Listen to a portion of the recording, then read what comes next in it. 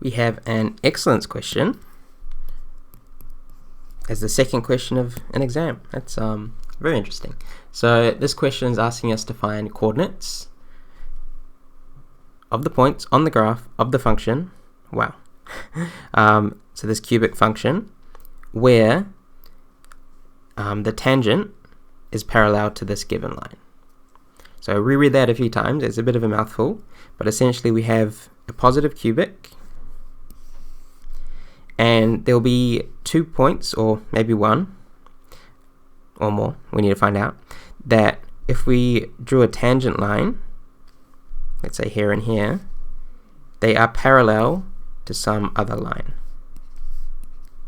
Right, so all these 3 lines are parallel, and 2 of them are tangents to the cubic, and they are at these 2 points here, for example.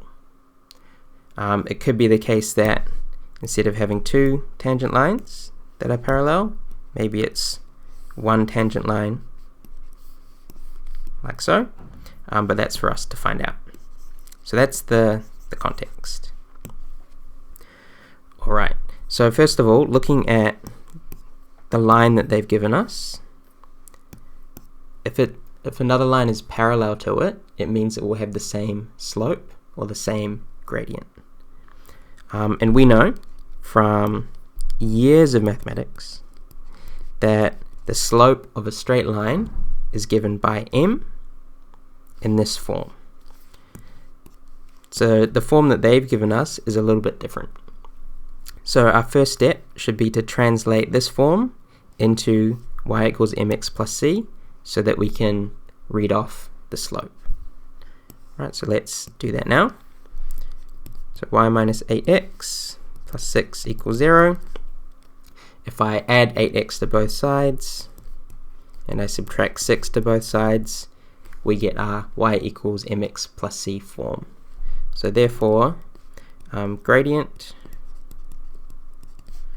of line is positive 8. Cool. So that means we're looking for the tangent lines on the cubic function that have a gradient of 8.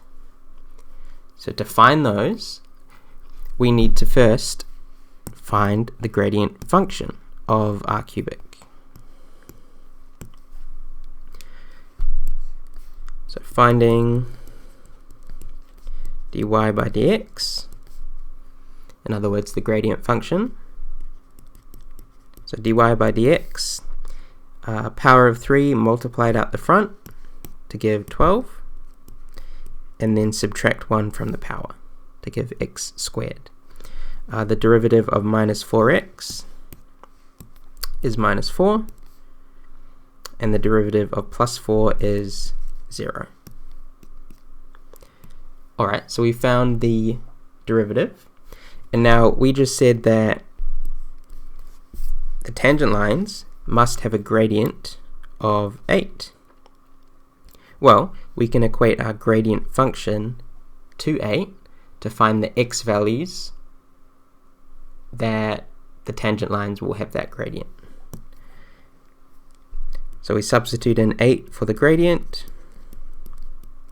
equals our gradient function, and now you'll see we have an equation in terms of x, which we can solve.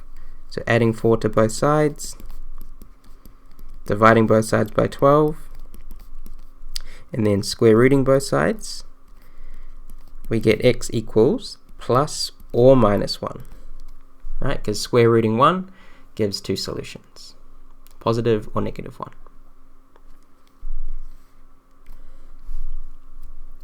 Cool. So back to our sketch that we did initially. This tells us that there are 2 points on our graph,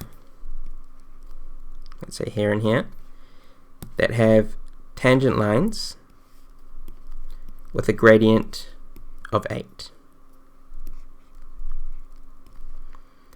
And we know that their x values are at negative 1 and positive 1, because we equated our gradient function to equal 8 and we solved for x. So we're actually almost there. let's just reread the question. We're asked to find the coordinates of the points. So far we have the x values. So our last step is to find the y values and then summarize the points that we found. Alright, so last step, finding y values of points. Now, to do that, we need to use the original function, right, the cubic function, and in for x goes +1 firstly, and then in for x goes -1 to get both points. So we have when x equals +1, y would equal 4 times 1 cubed minus 4 times 1 plus 4. What's that? 4 minus 4 plus 4 gives +4, which means there's a point when x is 1 and y is 4. And when x is -1, y would be 4 times -1 cubed minus 4 times -1 plus 4, which would equal -1 cubed is -1 times 4, so that's -4 plus 4 is 0 plus another 4, so that's actually also 4. So there's also a point when x is -1 and y is +4. So actually these 2 points should be in line at y equals +4. Awesome. So now let's just double check that we've answered the question. Yeah, where it's tangent to the curve, parallel. Yeah, so we found both of our points. So let's just recap this one. So the question was a bit of a mouthful, but we acknowledge that to be parallel to this line, we have to first find the slope, and to do that we rewrote it as 8x minus 6 to find the gradient. We then found the gradient function of the original graph so that we could equate it to 8, because we know that the gradient of our cubic must equal 8 for the tangent to be parallel to that line. And actually doing that step, equating it to 8, is the achieved part, because you found the derivative and then you did something with it. We then went on to solve for x, so the x value of those points, and we then substituted those points into the original function to find the y values. And since we found both y values, that is excellent. However, if you, for example, just took the positive x value and only found 1 point, that would be merit. So do always consider, if you have a quadratic equation like this, that you expect 2 solutions.